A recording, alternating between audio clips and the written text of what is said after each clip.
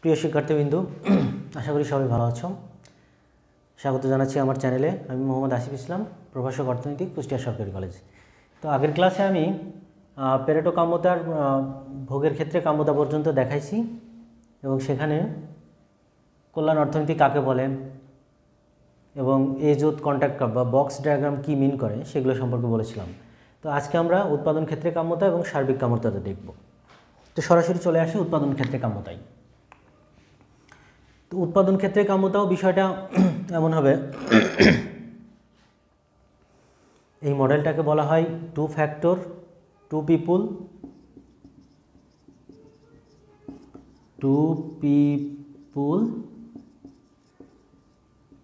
Two goods, দুই গুণ দুই মডেল। ঠিক আছে। তো এখন আমরা উৎপাদন ক্ষেত্রে কাম্যতার জন্য দুইটা ফ্যাক্টর দেখব, কারণ উৎপাদন ক্ষেত্রে তো আমাদের কয়টা গুডস থাকে, কয়টা ফ্যাক্টর থাকে। একদিকে থাকে শ্রম আর একদিকে থাকে কি মূলধন কে। তাহলে এটা হচ্ছে ও আর এটা ও প্রাইম। এটা এ ব্যক্তির উৎপাদন, এটা বি ব্যক্তির উৎপাদন। ঠিক আছে। তো এটা আমরা কন্ট্যাক্ট কার্ভের একটা চিত্র এঁকে ফেললাম, যেখানে নিচে ধরেছি শ্রম, এইটা আর এইটা শ্রম বোঝাবে। এটা এ ব্যক্তির শ্রম আর এটা বি উৎপাদনকারীর শ্রম এইদিকে, আর এটা এ উৎপাদনকারীর মূলধন, এটা বি উৎপাদনকারীর মূলধন। এটা উল্টে দিয়েছি জাস্ট এর উপর। এখন দেখো, এখন আমরা আঁকছি হচ্ছে আইসোপয়েন্ট বা সম উৎপাদন রেখা। আমরা কি জানতাম?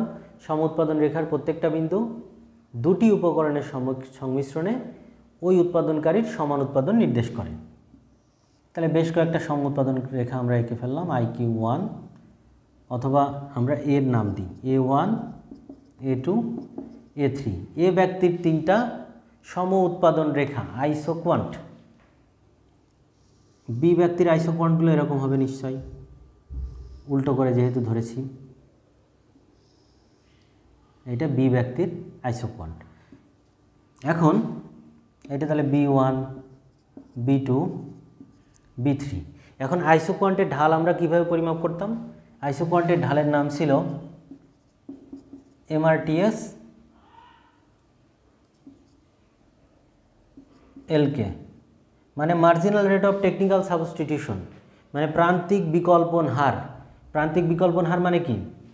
এই যে এই রেখার একটা বিন্দু থেকে আরেকটা বিন্দুতে গেলে এটা যদি L হয় আর এটা যদি K হয়, তাহলে ওই আগের উদাহরণের মতোই এ বিন্দু বি বিন্দু 1, 2, 5, 7। এ বিন্দুতে লেবার ব্যবহার করি 1। লেবার ব্যবহার বাড়াতে হলে এ থেকে বি বিন্দুতে গেলে 1 একক লেবার বাড়ানোর জন্য 5 থেকে 7-এ চলে আসছে, মানে ক্যাপিটাল 2 একক কমানো লাগছে। এই যে একটার বিনিময়ে আরেকটা, একে বলা হয় প্রান্তিক বিকল্পন হার বা marginal rate of technical substitution for labour, marginal rate of technical substitution labour for capital. তাহলে এ ব্যক্তির এইগুলো হচ্ছে এই রেখার ঢাল নির্দেশ করে। প্রত্যেকটা বিন্দুতে স্পর্শকে যেটা পাবো সেটা হচ্ছে এইটা এ ব্যক্তি। আর এই যে উল্টো করে বি ব্যক্তির যেটা আসছি সেটা MRTH LK ফর বি। এখন এই দুইটা যেখানে সমান হবে সেখানে পেরেটো কাম্যতা অর্জিত হবে। তাহলে এই যে দুইটা সমুৎপাদন রেখা যেখানে যেখানে স্পর্শ করেছে, আমরা গত চিত্রই দেখেছিলাম, সেইগুলো হচ্ছে কাম্যবিন্দু। সেগুলো যোগ করে যে রেখাটা পাচ্ছি সেটাকে আমরা কি বলছি? কন্ট্যাক্ট রেখা। তো এই যে কাম্যবিন্দুগুলো যোগ করে আসলে কন্ট্যাক্ট রেখা পাওয়া যায়। তো এর বাইরে যখন কোনো বিন্দু আসে, মনে করো এই বিন্দু যেখানে ছেদ করেছে সেখানে ই বিন্দু পেলাম, এটি FGH বিন্দু। এখন ই বিন্দুটা ইনএফিশিয়েন্ট বিন্দু, সেটা আগের ক্লাসে আমি দেখাইছি। কেন ইনএফিশিয়েন্ট? কারণ ই বিন্দু বি উৎপাদকের B1 নিরপেক্ষ রেখা অবস্থিত। B1 নিরপেক্ষ রেখার আরেকটা বিন্দুর নাম H। ঠিক আছে। এখন এ উৎপাদনকারী যদি ই বিন্দুতে উৎপাদন না করে, ই বিন্দু এ উৎপাদনকারীর নিরপেক্ষ রেখা A2-তে অবস্থিত, A2-র উপরে ই বিন্দু অবস্থিত, আর ই বিন্দু বি ব্যক্তির B1 নিরপেক্ষ রেখার অবস্থিত। এখন এ ব্যক্তি যদি ইতে উৎপাদন না করে এইচে উৎপাদন করে, তাহলে বি ব্যক্তির উৎপাদন কমে না। কেন কমে না? কারণ এই নিরপেক্ষ রেখার উপরে দুটো বিন্দু, ই বিন্দু এবং এইচ বিন্দু। আমরা জানি যে সম উৎপাদন রেখার প্রত্যেকটা বিন্দু সমান উৎপাদন নির্দেশ করে। তাহলে এই বিন্দু বি ব্যক্তি যে উৎপাদন দেবে, এই বিন্দু তাই দিবে। কিন্তু এখান থেকে এখানে গেলে এ ব্যক্তি বেশি উৎপাদন পাবে, কারণ এইচ বিন্দুটা A3 সম উৎপাদন রেখায় অবস্থিত। A3 কিন্তু A2 এর উপরে, তাহলে আমরা জানি যে যত উপরের সম উৎপাদন রেখা তত বেশি উৎপাদন। ঠিক আছে, তাহলে ই থেকে এইচে গেলে বি ব্যক্তির ক্ষতি না করে এ ব্যক্তির উৎপাদন বৃদ্ধি করা যাচ্ছে। তাহলে যদি এমন কোনো সুযোগ থাকে যে আরেকজনের ক্ষতি না করেই আরেকজনের লাভ করা যায়, তাহলে সেটা অবশ্যই ইনএফিশিয়েন্ট বিন্দু। তাহলে আমরা সেখানে যেতে চাইবো যে একজনের ক্ষতি না করে যদি লাভ করা যায়, সেটাই তো ভালো। কিন্তু এই বিন্দুগুলো যেখানে স্পর্শ করেছে সেখানে আসলে সেগুলো এফিশিয়েন্ট বিন্দু, এখানে আর একজনের ক্ষতি না করে আরেকজনের লাভ করা সম্ভব নয়।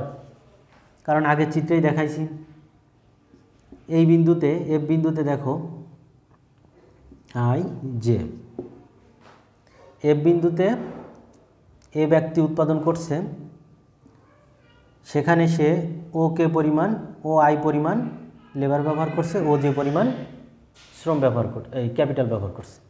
তাহলে লেবারের যে বাকি অংশ সেটা বি ব্যক্তি ব্যবহার করছে। লেবারের যে বাকি অংশ, এইটুকু লেবার কে ব্যবহার করতেছিল? এ ব্যক্তি। এইটুকু লেবার কে ব্যবহার করবে? বি ব্যক্তি। আর এইটুকু ক্যাপিটাল কে ব্যবহার করতেছিল? এ ব্যক্তি। এইটুকু ক্যাপিটাল কে ব্যবহার করবে? বি ব্যক্তি। কিন্তু এফ থেকে জি বিন্দুতে গেলে কি হয়? এ ব্যক্তির লেবার ক্যাপিটাল কনজাম্পশন পরিমাণ বাড়ে, কিন্তু বি ব্যক্তির লেবার কনজাম্পশন এবং ক্যাপিটাল কনজাম্পশন কমে যায়, কারণ বি আগে এতটুকু পর্যন্ত ব্যবহার করত, এই বিন্দুতে গেলে বির ব্যবহারটা কমে যাচ্ছে। এইটা ব্যবহার করতে এত পর্যন্ত, এখন ব্যবহার করছে এত। তার মানে এই যে কন্ট্যাক্ট কার্ভের যে স্পর্শক বিন্দু, এই বিন্দুগুলোতে যখন একটা থেকে আরেকটায় যাচ্ছি, তখন একজনের ক্ষতি না করে আরেকজনের উৎপাদন বৃদ্ধি করা যাচ্ছে না। এই জন্য এগুলোকে বলা হয় পেরেটো অপটিমাল, মানে অপটিমাল সিচুয়েশনে পৌঁছে গেছে, ওর চেয়ে ভালো আর সম্ভব না। ঠিক আছে, তাহলে এই যে দুইটা নিরপেক্ষ রেখা যেখানে যেখানে ছেদ করছে, দুইটা সম উৎপাদন রেখা, সেইগুলোতে ঢাল সমান, সেইগুলোতে এমআরটিএস লেবার ফর ক্যাপিটাল দুইটাই সমান। মানে ওখানে স্পর্শক আঁকলে এইটার স্পর্শক নিচেরটার উপরেরটা, দুইটার স্পর্শকই একই হচ্ছে, যার ফলে এই বিন্দুতে দুইটার ঢালই সমান। এই জন্য এইটা হচ্ছে উৎপাদন ক্ষেত্রে কাম্যতা ওই বিন্দুতে অর্জিত হয়েছে। তাহলে এইগুলো যোগ করে যে রেখা পাচ্ছি সেটা হচ্ছে তোমার কন্ট্যাক্ট কার্ভ। এখন আমরা দেখব সার্বিক কল্যাণ, সার্বিক কাম্যতা। সার্বিক কাম্যতা অর্জনের জন্য MRTS LK equal to MRS XY হতে হবে। ঠিক আছে, তার মানে উৎপাদন ক্ষেত্রে কাম্যতা আর ভোগের ক্ষেত্রে কাম্যতা যখন সমান হবে তখনই সার্বিক কাম্যতা আসবে। তো এইটা বিবেচনা করার জন্য আমরা একটা উৎপাদন সম্ভাবনা রেখা নিব। উৎপাদন সম্ভাবনা রেখার প্রতিটা বিন্দু কি নির্দেশ করে? কাম্য উৎপাদন নির্দেশ করে। তার মানে ওর চেয়ে বেশি উৎপাদন করা সম্ভব নয়, ওইটাই সর্বোচ্চ উৎপাদন। এটা হচ্ছে প্রোডাকশন পসিবিলিটি ফ্রন্টিয়ার।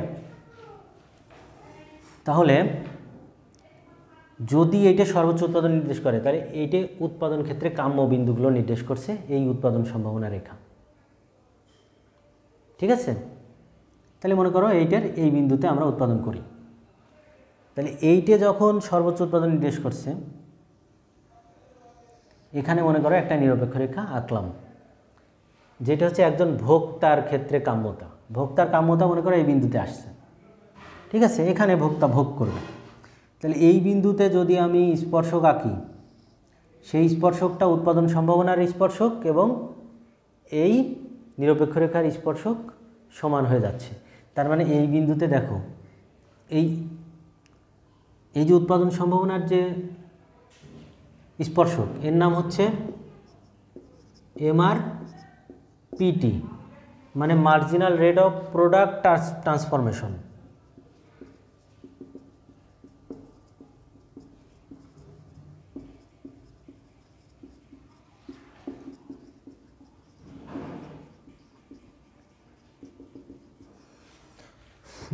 মানে হচ্ছে পণ্যের বিনিময়।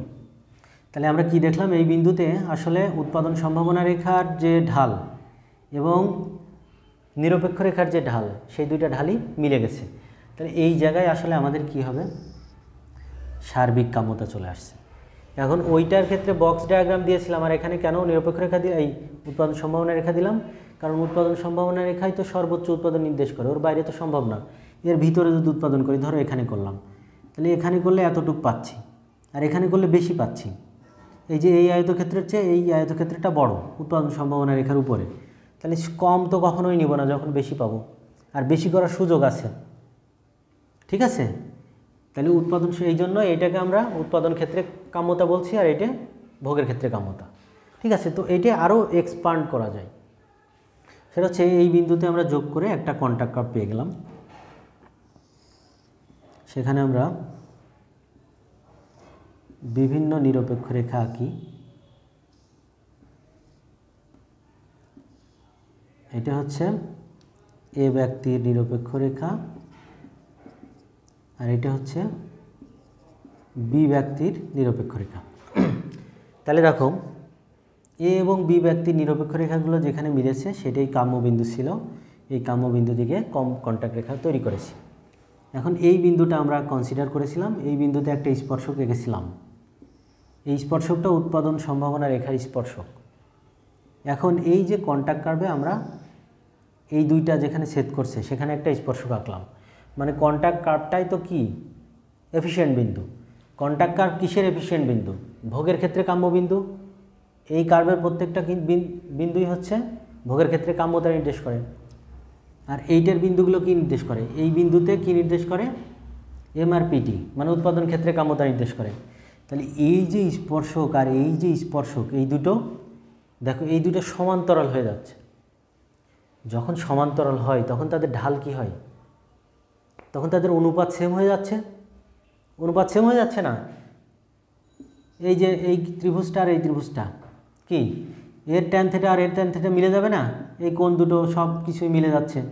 ঠিক আছে, তাহলে যখনই এই দুইটা সমান্তরাল হয়ে যাবে তখন আমরা কি বলবো?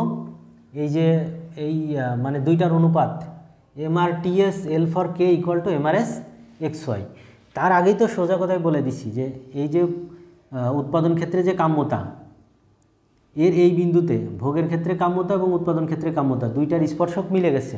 তার মানে এই বিন্দুতে আমাদের এই যে ভোগের ক্ষেত্রে কাম্যতা আর উৎপাদন ক্ষেত্রে কাম্যতা মিলে গেছে। তাহলে এটাই হচ্ছে সার্বিক কাম্যতা, দুইটা যখন মিলে যাবে। তো সেটাকে আরও একটু এক্সপ্যান্ড করে কিভাবে দেখাবা? এখানে একটা কন্ট্যাক্ট কার্ভ দিবা, ভেতরেরগুলো হবে নিরপেক্ষ রেখা, আর এখানে হবে MRPT X ফর Y, মানে MRPT X গুড আর Y গুড ইকুয়াল টু কী হবে? MRS XY। এইটা equal to PX by PY দিয়েও বোঝানো যায়, মানে এই দুইটা সমান হওয়ার পরে লাস্টে লেখা যায় PX বাই PY। মানে এইটা, এই যে যে স্পর্শক আঁকলাম এটা তো বাজেট রেখা, তাই না? নিরপেক্ষ রেখার ক্ষেত্রে এইটা তো বাজেট রেখা হতো। তাহলে এই বিন্দুতে বাজেট রেখার ঢাল মানে কি? Price of X by price of Y equal to MRS XY equal to, এইটা যেহেতু উৎপাদন সম্ভাবনা রেখা, MRTS X ফর Y। এই তিনটা যখন সমান হয়ে যাচ্ছে তখন তাকে আমরা কি বলছি? সার্বিক কাম্যতা। এখন পেরেটো কাম্যতায় আমরা যেগুলো দেখলাম প্রত্যেকটা বিন্দুই আসলে কাম্য বিন্দু। তো কোন বিন্দুটা বেশি কাম্য, এটা কি এখন আমরা পাইছি? এত কাম্য বিন্দুর ভিতরে কোনটা বেশি কাম্য? এটা আসলে পেরেটো অনির্ণয় একটা সমস্যা। এখানে পেরেটোর একটা সমস্যা তৈরি হয়েছে। তো সেই সমস্যা কিভাবে সলভ করা যায় সেটা একটা খুবই গুরুত্বপূর্ণ প্রশ্ন, সেটা আরেকটা ক্লাসে দেখানো হবে। ঠিক আছে, তারপরেও যদি বুঝতে না পারো তাহলে অবশ্যই প্রশ্ন করবা, কমেন্টে লিখবা যে কোথায় বুঝতে পারো নাই, সেটার জন্য প্রয়োজনে আমি আরেকটা ক্লাস দিব। ধন্যবাদ সবাইকে।